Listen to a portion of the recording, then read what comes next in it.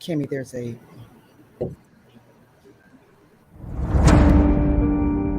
No justice! No peace! Amid calls for justice and fairness, an increasing number of people are calling for an end to systematic racism. We say that socioeconomic difference does not explain the racial inequity. But how can anyone deal with racism if many people don't understand it? The narrative of racism, it's a lie. So what is racism? Whether you're a civil engineer or a third grader, No justice! No peace! there's something about race that's happening. How do you deal with it? Don't worry about the systemic racism. Don't worry about the discrimination when it comes down to jobs and housing. Can anything be done to minimize its effects? We're going to figure out our own way out of this situation. We're talking about all of that tonight. Systemic racism needs to end.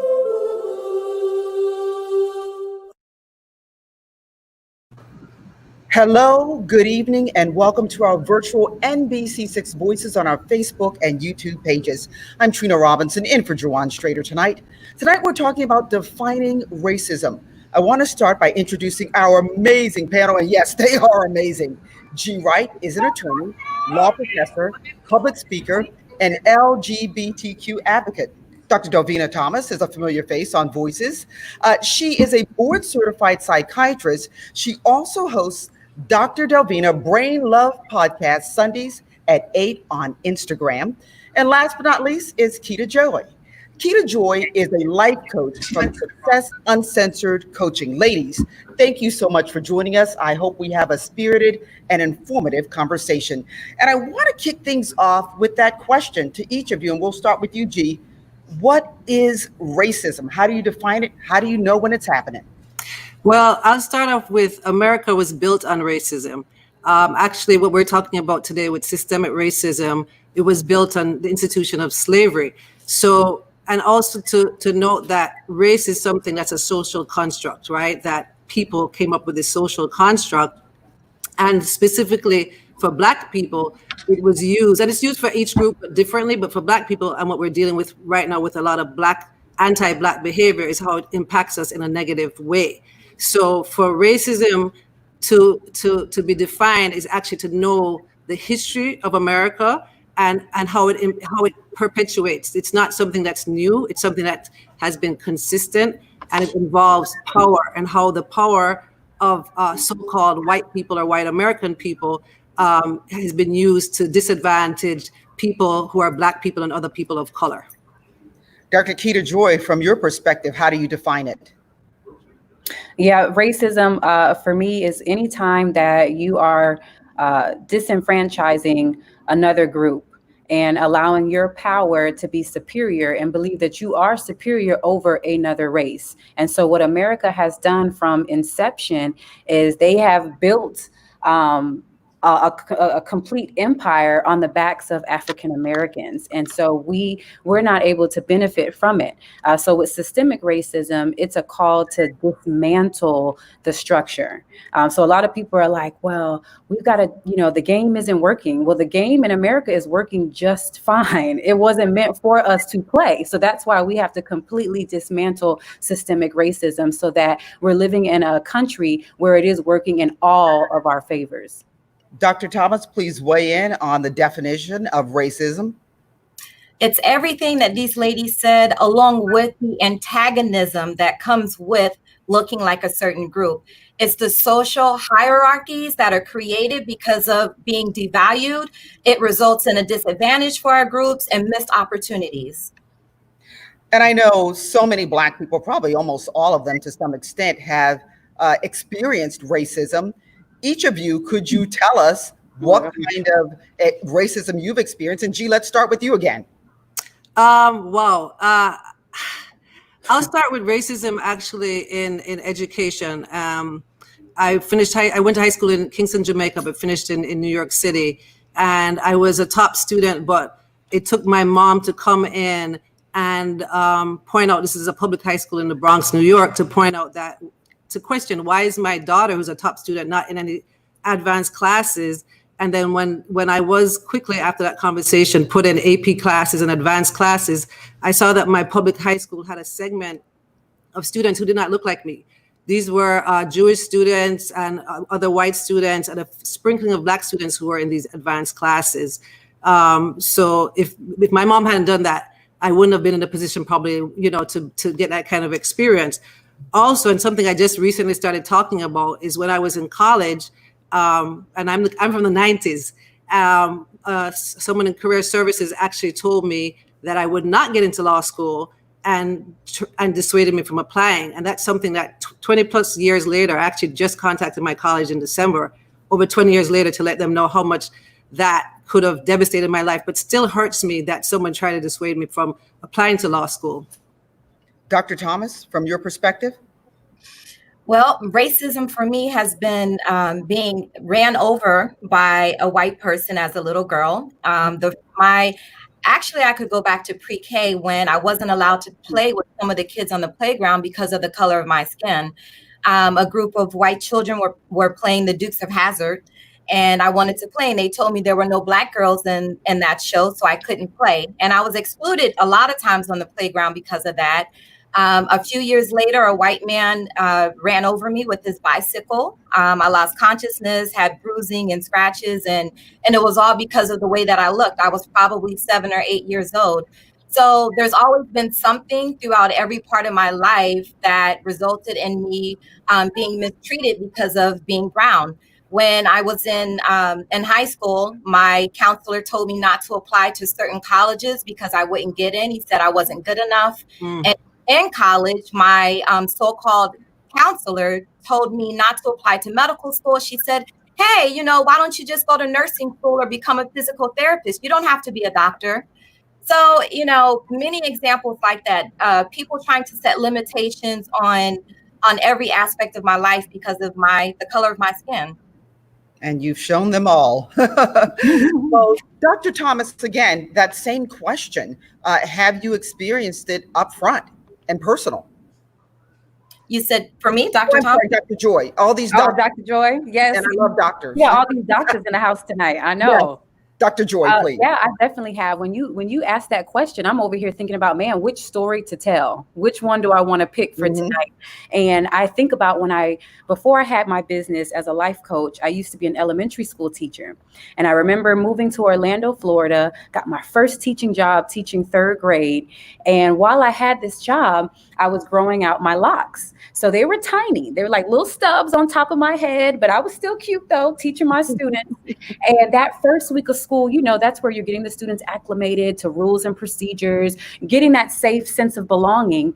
And one of the parents emailed the principal and said, I want my son removed from her class because she's not a good fit. And I was so puzzled. Now, remember, at this school, the makeup I didn't share is majority white school.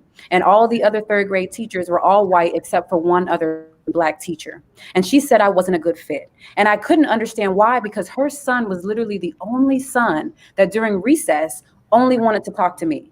So I was so perplexed. I'm like, wait a minute, are we talking about the same student? I can't get him to leave me alone. And you're saying we're not a good fit? And that's when I knew it's my skin color that wasn't a good fit. And even just this past school year with my daughter, she is a 2nd grader, and she was in an extended day program. A little boy, a 7-year-old, my daughter had to deal with racial discrimination at such an early age. They got into an argument, and he looked at her and he said, that's why I don't like Black people. Now, where did you learn that? Yes, where did you learn? That had to be taught, but that broke my daughter. She got into the car when I picked her up and she started tearing up, crying. She couldn't believe that someone would use that to weaponize her, something that's actually beautiful, the color of her skin, her heritage. He tried to use it against her. And it was so sad because we know that that was a learned behavior that he got from one of his parents. And the sad thing is that all of us have countless stories such as this. Yes, we do. Tell me this, though. Many people still, even though you all have given very concrete examples that are engraved in your minds, there are still people who will say there is no racism. What's your response to that? Let's start with you, Dr. Joy, first. Yeah, when I say there's no racism, I think that is an easy way. It's a cop-out. I think that is absolutely a cop-out because people don't like to be uncomfortable. And they want to try to find any way, can I be comfortable? And a lot of times that means I don't want to deal with things. I don't want to deal with racism, because dealing with it means I got to be honest. Wait a minute. You want me to actually be honest about how I feel, really tell the truth about the things that I've been thinking? And they don't want to do that. So it's easier just to say, oh, there's no racism. Everything's fine. And so what I say to them is, look at your history, because Black history is also American history. And we were 3/5 a person to begin with. Even though whole, we know that's not who we are, but we weren't even deemed as a whole person. And that systemic racism, that structure has gone on until this day. So I help people to see the history of Black history and help them to understand, no, that's your American history, and help them to see that this is not something that just happened, that this has been part of the inception of our country since we've been here. Well, Dr. Thomas, I often hear people saying, well, we had a Black president, Barack Obama. How can you say that there's racism in America? What's your response to that? My response is that there are a lot of implicit attitudes and biases. People are not aware that they believe what they think. These thoughts and feelings exist outside of their conscious awareness, and it's difficult for these people to consciously acknowledge and control these things. It's not an excuse for them. It just means that they require more education, and they require more engagement and more interaction, so that they're more aware of the history of the other people who reside here in this country with them. These attitudes are often automatically activated, and they can influence their human behavior. And so these are the things that we have to teach these people, so that they understand why we say that racism exists. Although, yes, we've had a Black president, and we've had other folks who have risen to levels of power where people believe that racism no longer exists. But all they have to do is turn on the television and see what's happening in the country and the nation, and look at the statistics. They speak for themselves. And G. Wright, I see you're shaking your head on a lot of this. Go ahead and give it your piece. Yeah, I just wanted to add that, for people who have privilege, oftentimes you're not aware of the privilege that you have. For some folks who are saying, there's no racism, they're not even aware. It's like this invisible backpack that they have on and walk around with all day. They're not aware of that privilege. And also, like you mentioned, Barack Obama having instances of, Black success, where we see Oprah Winfrey and Barack Obama and, athletes and so on. So it shows that there are people who are successful, but it doesn't take away from racism. All those folks actually experience racism. Barack Obama experienced racism as a president of the United States.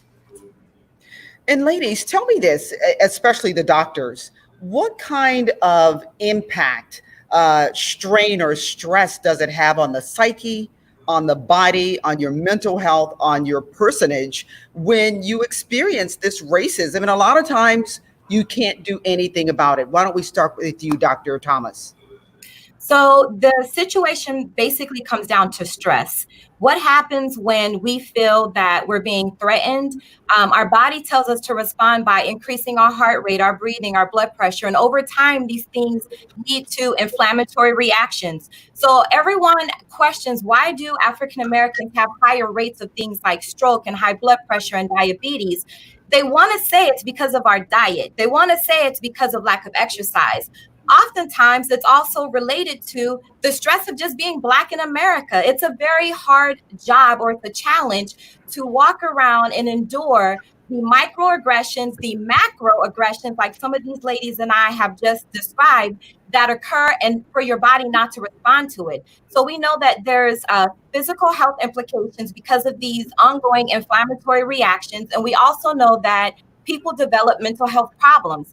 And the physical problems are not just the high blood pressure and feeling stressed, but it also affects the way that our children develop. We see higher infant mortality rates because of all of the stress that we're enduring on a daily basis because of being Black. And then also the depression and the anxiety. So the stress of being Black, of enduring racism, it manifests physically and it manifests mentally as well. Yes. And from your perspective, Dr. Joy? Yes, I'm over here like ditto, doctor. And then it's trauma. Black people are literally going through traumatic experiences every day.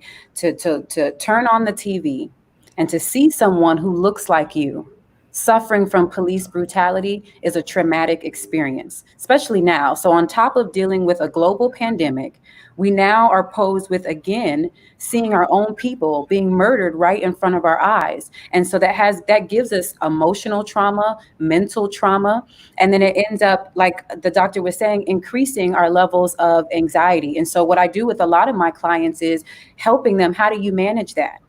How do you have a healthy lifestyle and then still heal at the same time? So Black people, we're in a unique situation where we're charged with so much strength to help our community, right? To end systemic racism. But at the same time, we have to make sure that we're taking time to heal and cope along the way as well.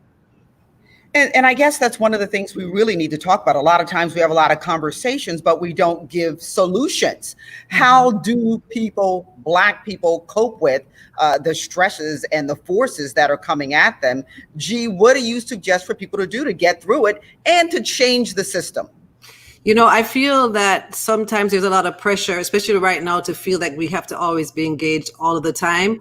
And I feel like it's important to also protect ourselves. We are all bombarded, especially if you're on social media, we're bombarded with what's happening and being re-traumatized over and over again. And this is something, even though since George Floyd in May, just a few weeks ago, we've had this, but this is for us decades. So this has been ongoing stress. I feel one thing for me is to make sure, you know, I'm engaged.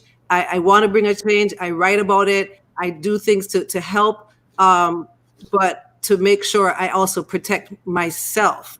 Another thing is you're asking about like what can we do? I think is to make sure that we empower each other. We share positive information to tell we can help each other, but also to tell white folks, and I'm happy to see this more than ever before, seeing white people realizing and people encouraging white people in America that they need to actually take responsibility and get involved. So I actually wrote a piece recently where I was saying, you know, people can Google and look up how can white people help, because they really built the system. So it's really challenging. We can protest and we can have an uprising, but really they're the one who built the system. So they have a lot of work to do to help break down this system. A lot of what has been built, it's never going to work for us. And I think Dr. Keita was talking about that. It was built this particular way. So we actually need to dismantle and explore what kind of structures can we have that are going to actually benefit Black people. And Dr. Keita Joy, from a coaching standpoint, how do you coach these allies to be effective helpers in this whole dialogue and this whole call to action? Yeah. And the great thing I will say, you know, there's so much negativity, but I have been fortunate to be around white women who really do want to be an anti-racist, because that's what I call it. You can't say, oh, I'm not a racist. You have to declare I'm an anti-racist. That's someone who's actively going against the system. And so one of the things that I teach my white colleagues and friends is, first, to sit and learn how to be uncomfortable. Two is to really assess your white privilege. Some of them actually need to assess it. They're just so used to having it. They don't even know all the privileges they have. As Black people, we know. I'm like, ooh, let me tell you something. If I had some white skin, the doors that it could have opened for me in the past, you know, but for them, they're used to it. So I teach them, you know, take some time and unpack your white privilege and see what's there. And then from there, what can you do in your sphere of influence? Because a lot of times they'll say, well, they get overwhelmed. Well, I don't know what to do. What should I do? I don't know. No, yes, you do know. Let's think about it. Think about your sphere of influence. So I have one friend, she's on different boards in the community. So she started there. She's like, you know what? I started looking at these boards and it's not diverse. There's way too many white people that are a part of this board. How are we going to have different perspectives and views if we only have the same type of people there? I need to make a call, because what I've noticed is my white colleagues can be very tenacious when they need to be. So I'm helping them. Let's transfer and shift that energy into helping the Black community. Let's talk about the next generation, because, you know, all of us can do whatever we can, but still we've got to build a better future. So Dr. Thomas, how do you have this conversation with kids, and how do you empower them to not see the same injustices that people before us have seen? Well, I think the first thing is to acknowledge with our children that they too can be negatively affected by the racism. So, Dr. Keita gave a fine example of what happens when your child encounters such a behavior and how it can basically reduce their self-esteem. And these things, I want people to know that when your child sees racism, experiences racism, that it can interfere, it can cause behavioral problems, it can interfere with their developmental milestones. So certain things are supposed to take place at certain ages. And so when they're subjected to these types of treatment or these types of behaviors, it can interfere with those things. So number one, just reassuring our children, starting with love, just reassuring them that they're special, and to also know that everyone else is special, right? Everyone is the same regardless of their skin color. So a lot of things that we see happening in our country, it's because, as someone said, these are learned behaviors. You know, you're not born to be racist. You're not born to dislike a certain type of person. People teach you that. So folks would start at home with their children young and teach them the history of our country, teach them how some of the things that have happened in the country. There's not enough sharing about Black American history, about African American history. We don't get enough of it in the schools, and people don't teach it to their children. It should be a requirement, because how can someone appreciate you and appreciate your struggle and your culture if they don't know your timeline, if they don't know what you've been through? So I say, starting with love. White people doing the same thing. White people have to teach their children to love and not to push someone away who looks different than them, and to teach them that you can't say certain things like what the little boy said to Dr. Keita's daughter. Those things should be off limits. So it's going to start with love, education, sharing information, and also engaging with people who don't look like you. Because I know a lot of people believe if we are separate that we're greater, but really this is not going to change if we're not all working as a team together in this one country and making our country better and society better by loving one another and showing one another respect. Well, I don't want us to miss the whole, I guess, catalyst for this, which was the execution of George Floyd. What Right. about Black men, and particularly sons? Dr. Thomas, let's go to Dr. Joy. What should we be doing for young Black men? I love having all these doctors, but it's confusing. I know you got all the doctors in the house all the tonight. doctors in the house. What should be our focus there with young Black men? I'm so glad you asked. I remember you said how we're coping as Black people, and so it'll tie into that. One of the ways that I'm coping and dealing with the pain, I have a lot of pain being a Black woman right now. I have a Black husband, I've got Black kids, and it's a very traumatic time for me. And so what I've learned is it's not so much anger management, but it's anger redirection. Because when someone's happy, you don't tell someone who's happy, oh, suppress your happiness. No. So it's all about how do I channel it? So I decided I'm going to take my pain and I'm going to turn it into purpose. And so I believe that in America, as the Black community, we spent too much time relying on white mainstream America to teach us about ourselves. And that is a huge error on our part. So I created an online camp for Black boys, and girls can participate as well, 8 and older.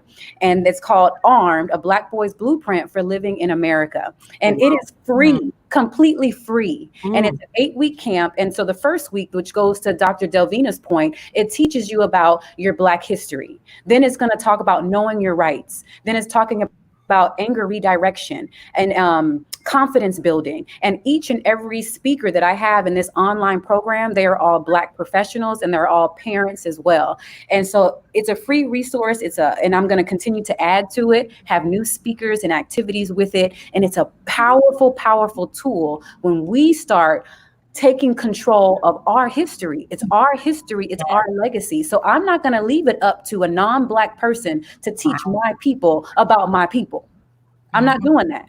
It needs to be us teaching us. And so that's what this library is for. And so the beautiful thing about this online camp is that it's at their age level. So it's appropriate, because when if they go to CNN, MSNBC, some of that is extremely graphic and hard for them to conceptualize and understand. But if I can get speakers who can take information and bring it down to a children's level, now they have more of a self-awareness and awareness of what's going on in our country. And now they can be confident Black boys living in America. So I wanted to arm them with the tools that they need to be successful. But I believe that starts with us taking care of us. And so that's where this project birthed from. Sounds like a fantastic tool. G. Wright, I'm going to let you close it out on that same question on the focus on Black men, because that really is who is under siege. Well, I just want to give Dr. Joy a shout out. I love that camp that you're doing. Yeah. You know, that's beautiful. It's sad that it's needed, but it is needed. And I have 2 sons. They're now young men. But when Trayvon Martin was murdered was the first time when I actually had to, you know, share with them that this is a reality for them, even though these are young men who, you know, play soccer and act in plays and are good students and, you know, go to camp and are regular great kids, that they could be perceived differently. So it has been challenging for me for many years. I know that my sons drive. And I was just talking about this recently. You know, when they leave home, I'm concerned about, you know, what happens in a police encounter. And that's a challenge that I think a lot of parents have to deal with, and really just arm their kids, as you've done with your camp, with information on how to protect themselves in the event of a police encounter, which is something very unfortunate. But we do need to inform our kids of how to conduct themselves so that they're safe in a police encounter. You know, I really think that we need to restructure, and people have been talking about defunding the police, but restructure so that we wouldn't even have to have all these encounters with police. There's other ways that we could, you know, control things like traffic stops and so on without having to deal with someone with a gun coming to your window. So Dr. Thomas, I said we were going to wrap up with G. Wright, but weigh in just quickly on the whole psyche and mental thing and the mindset we need to get our young men in. Well, you know, knowledge is power. And so our young men, just like Dr. Keita has started this camp, education is going to be a big part of their empowerment. I think our Black men do a wonderful job currently in what they're doing. We see less men being arrested and going to jails and prisons. Of course, we know that there's a disparity there with the legal system and that we're treated unfairly in the legal system. But a lot of our Black men have been seeking education and vocational training, and they're becoming entrepreneurs. So we are seeing where the strategy has to occur within America so that we can be successful. So everything always starts with knowledge, education to empower, and also controlling your own destiny by owning a business, by owning your businesses.